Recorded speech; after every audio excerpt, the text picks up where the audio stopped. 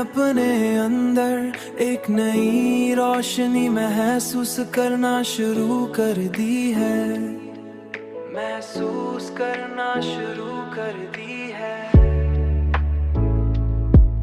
एक ऐसी रोशनी जो आस्ता आस्ता मेरे हर जख्म को भर रही है, हर जख्म को भर रही है।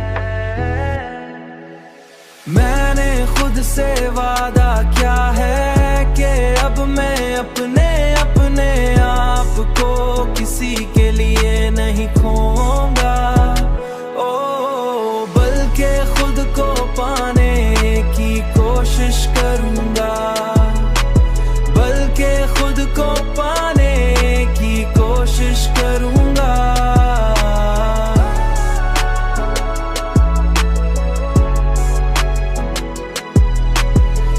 तेरी याद अब भी मेरे दिल में है, तेरी याद अब भी मेरे दिल में है, मगर अब ये बोझ नहीं बल्कि एक कहानी बन चुकी है।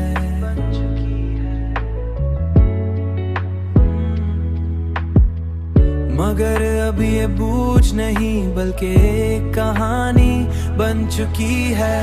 एक ऐसी कहानी जिसे मैं मुस्कुरा कर सुन सकता हूँ, एक ऐसी कहानी जिसे मैं मुस्कुरा कर सुन सकता हूँ। और शायद यही असल शिफा है, और शायद यही असल शिफा है,